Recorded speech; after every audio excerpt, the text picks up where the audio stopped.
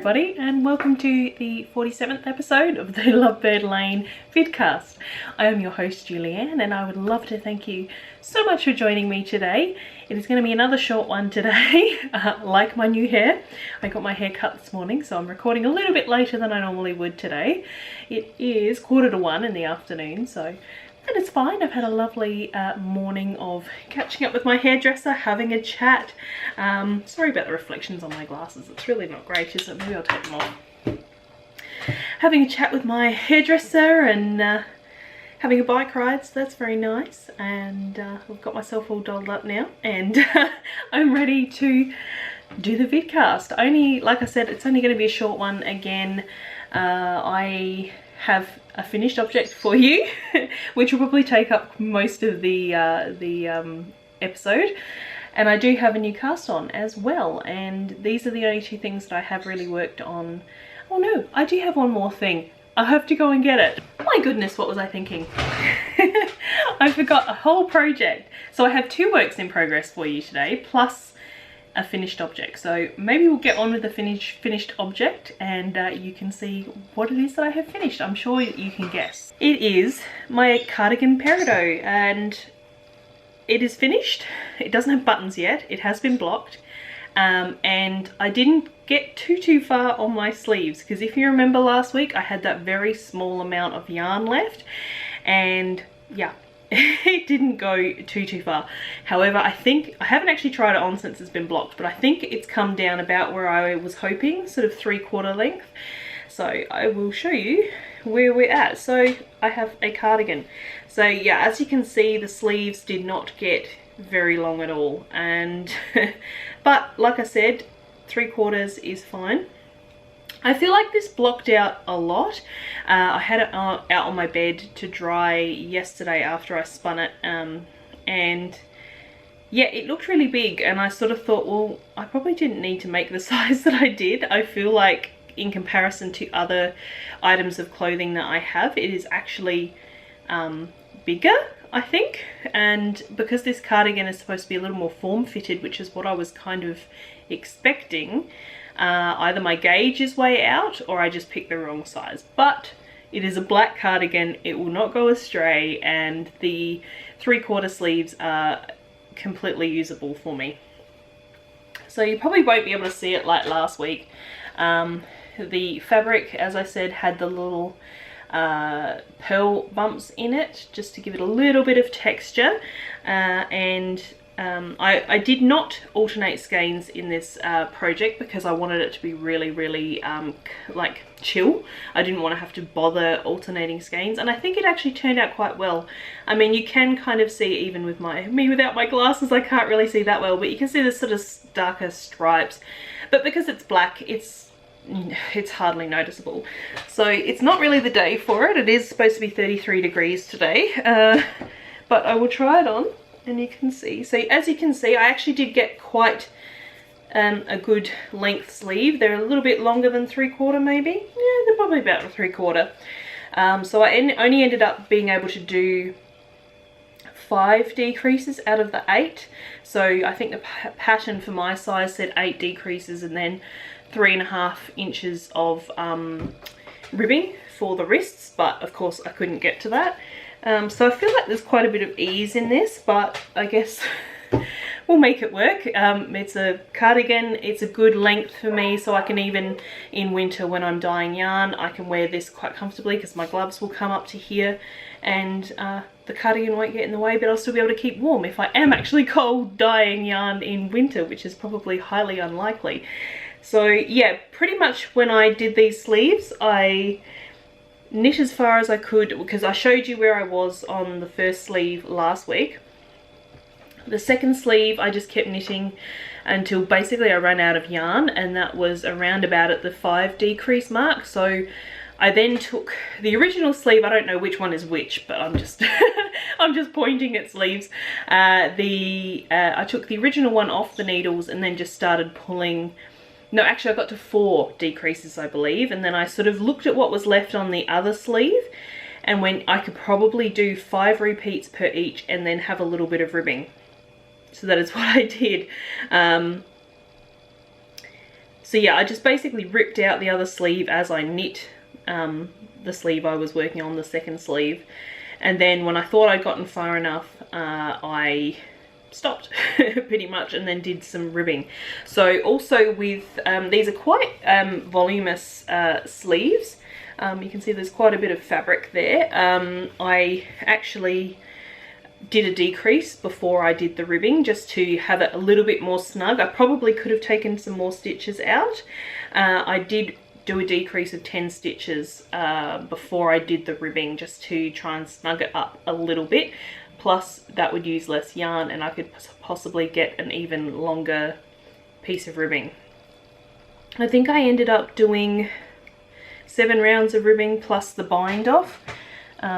I don't know if you can quite see that. I can't see without my glasses.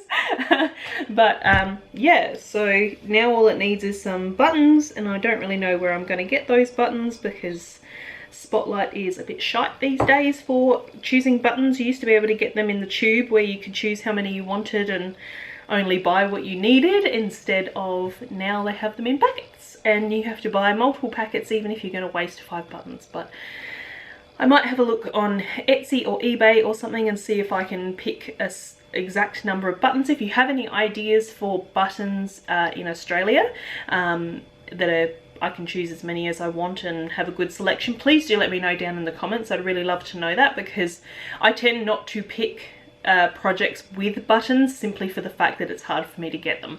But this one has been knit for buttons, it has button holes, so I might as well go the whole hog and put buttons on it. So please, if you have any suggestions, please let me know. I'd very much appreciate it. And I'm going to take this cardigan off. Although I'm not that uncomfortable, I have to say. Even though, I mean, I guess the house is still a little bit cool, but technically I should be hot by now, but I'm actually not. So I might take it off anyway just to prevent any overheating issues and make sure I drink plenty of water.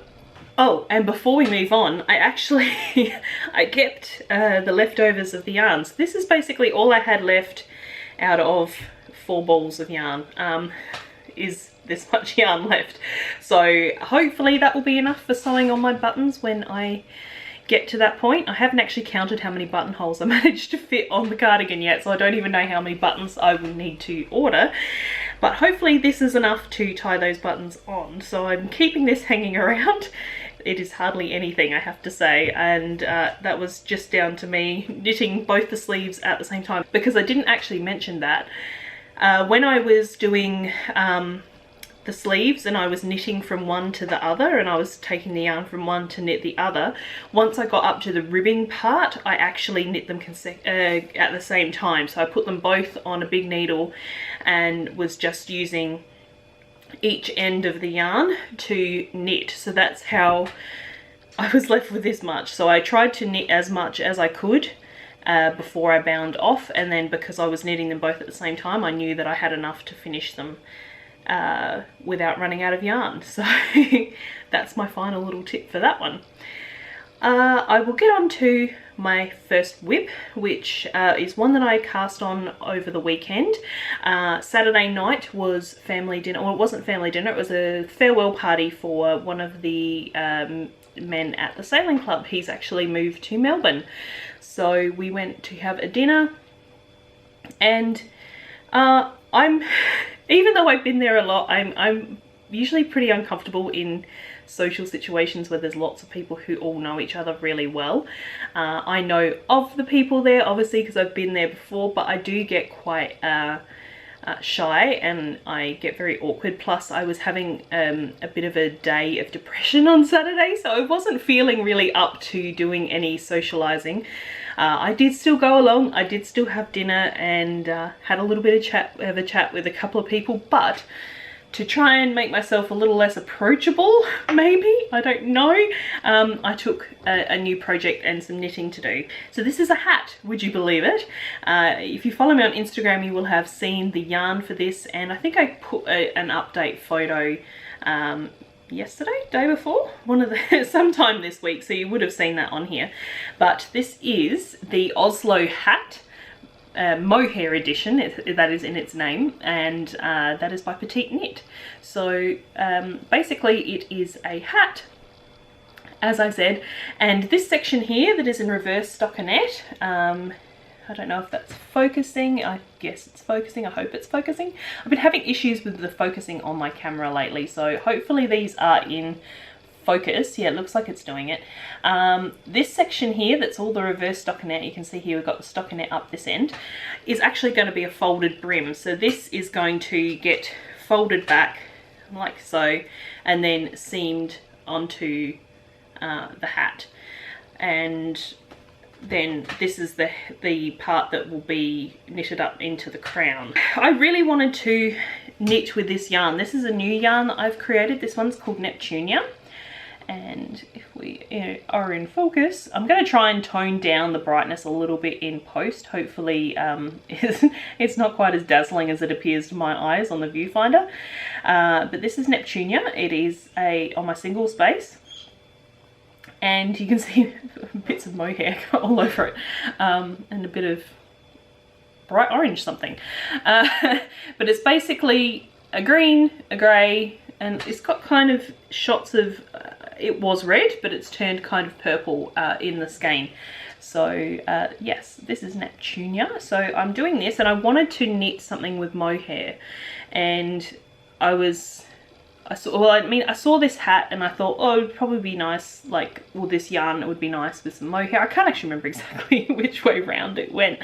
But yeah, I decided I wanted to knit this with some mohair, but that's right, because the green is not my colour, as you well know. I mean, it is a very blue green, but it is green nonetheless, and it probably won't go with anything that I own.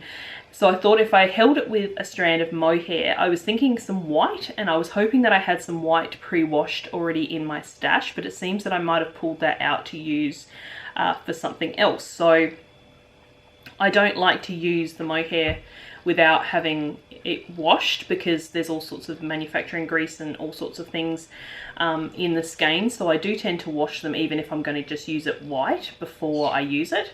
So I was at a bit of a loss, and I was gonna kind of just ditch the whole idea of casting on at all. But then I remembered that I had some mohair dyed up in the shop. So I took one of these skeins. This is mildly mauve on the mohair there. So I thought, well, pink is my colour. The only other colour I had in stock on mohair was flushed, which is more of an orangey pink. Or mostly orange, let's face it. And I thought, well, mildly mauve is pink, and it will tone down the green on the Neptunia. So that was my plan. I cast on at sailing, and so far I have knit, as you have seen, this much of the hat. I believe for my size I need to be like 17 centimeters or something around that for this section, which I'm probably maybe verging on actually before I do the decreases for the hat, the crown. So I'll hold that up a little bit for you so you can see the yarns knit together. So pretty much it's just kind of toned down that green and made it look a little bit more like it looks a little more grey. I think the pink has given it like a bit of a grey tinge, plus the pink has also picked up those purple splotches in the yarn. And yeah, I'm really enjoying how it's knitting up, and it's so soft, and I love myself some mohair. So this is really, really lovely, and I pretty much cast this on to be a quick knit. I wanted something that I could take with me to sailing club that I wouldn't have to think about very much. And also that I could finish quickly because I didn't want another whip hanging around. And which is kind of ironic, because I'm going to show you another cast on that I only started last night and then screwed up and then fixed today. And yeah, let's get on with it. All right, in my handy dandy basket, which was being used for my house party socks, that have now moved to a beautiful yarn bowl that I was gifted by my in-laws. If you follow me on Instagram, you know the one. It was, I did photograph it for Instagram, but I still have a house party sock in here, it seems. I put it in my handy dandy basket. So I dyed this yarn yesterday. I'll pull it out so I can hold it up. Oh, I've got my back scrubber pieces in here too. That's another project that I should probably finish. So I dyed this yarn up yesterday. Hopefully it's not too blown out and I can fix it on in editing. It does look very grey when it doesn't actually look like that in real life. This is a bit of a chestnut colour. It's got very much a red undertone to it, so it's more of verging on the pink burgundy kind of side of things. Although it is brown, it does have the tendency to skew to the side of the colour wheel that I prefer. So I've got two skeins here because I'm alternating them, and I have cast on Winter's Beach Cardigan by Andrea Mowry, and this is a pattern that she literally just released, I think within the last couple of days, and I saw it, and hers is knit from what's it called, I should know this name, Hedgehog Fibres. They're recycled yarn that they make. I don't really have the budget for Hedgehog Fibres, but I am a yarn dyer, so I dyed my own yarn. And I do love tweed yarn. You probably know that if you're a long time viewer of the vidcast. I do enjoy tweed yarn a lot, but I did not have any in stock that I could dye, and like I said, I do not have the budget to purchase because I'm trying to save for a house, if you didn't know. I dyed some yarn. So I have no idea what this is going to be called, this colourway. However, I am knitting with it. This is on my Cashmere DK base, which is an MCN, so Merino Cashmere Nylon, 80-10-10 I believe it is. And it's lovely and soft and squishy, and it has like a little halo to it. You probably can't see on the video, but you might be able to just see sort of over in this corner with the dark background that there's a little bit of a fluffy halo on there. So pretty much what I was saying is I cast this on last night. For my size, it's nearly 300 stitches. I'm making the 50-inch size because the recommended ease is between 6 and 10 inches. I believe at the moment my bust is approximately 48 inches. Andrea puts in the pattern that for her test knitters on the larger sizes actually found that less ease was better for them. So I am a larger person. And so I thought, okay, well, I'll err on the side of less ease. And if my fasting goes well this year, hopefully I will get my bust size down, so I'll end up with more ease. So I figure if I stay big, which is hopefully not my plan, the less ease will be better for me because it is a cardigan that is open at the front. It's not supposed to be joined together. However, if I do lose weight, it'll probably put me in the ballpark of about 8 inches, because I think my bust when I'm thin is somewhere around like 42, I think. So I'll be in the vicinity of about 8 inches of ease. That being said, I am using the needles in the pattern, and I do have a slightly tighter gauge. Usually than most patterns. Usually I'll always go up a needle size. So this is probably going to fall somewhere between, I think the two sizes were 47.5 inches and 50.5 inches. So I think I'm going to probably fall somewhere in between the two of those. And that's fine. I mean, I'll still be able to wear it. It's not a big deal. It is more of an oversized looking kind of design anyway. So I believe it's got drop shoulders on it and the sleeves are just picked up. It's knit from the bottom up, which is what I have got here. Let's show you a bit of knitting. Let's see if we can block out myself. I'm just in the ribbing section at the moment. And the issue that I had was I cast on these 300 stitches and started knitting on them last night. We picked the worst thing for me to watch because Simon said, do you want to watch another episode of Lovecraft Country, which we have started watching. And it just happened to be the episode where it's completely subtitled. So that was great for me trying to read a pattern and cast on a new project, because I agreed to watching some TV, because generally I haven't been watching TV at night because I've been going to bed quite early. And so it's not usually enough time to watch something. So I agreed to watch something thinking that I could get started on this project, which is what I wanted to do. I was just going to watch maybe some YouTube or something and cast this on. And Simon goes, you want to watch an episode of Lovecraft Country? So I'm like, okay. and then and then it happens to be all subtitled, so yay. So I didn't get very far, and then we brought Marianne in and she had a cuddle and whatever, so I didn't get very far last night. So I picked it up this morning to continue on my first ribbing row, because I'd just done the cast on and started the ribbing row, and I don't know what happened, but somehow my cast on got pulled off the needle, and it's a long tail cast on, so it pretty much just unraveled itself. So I had no idea how many stitches I had lost. I don't personally, it's not something that I have taught myself, know how to replicate long tail cast on that has fallen apart. I'm assuming it's some sort of twisting together, but I haven't actually learned how to do that, so I had to pull the whole lot off the needles this morning and recast on, which was so much fun, as you can imagine, casting on nearly 300 stitches. But it got done, and then I did my first row of ribbing. I got to the end and somehow had like 4 stitches remaining at the end, and or more than that actually, I think it was 8 stitches or something that I had remaining at the end, and I'm like, but I've done the pattern, I've cast on the right number of stitches, what? So I basically frogged back, because I didn't want to do the cast on a third time.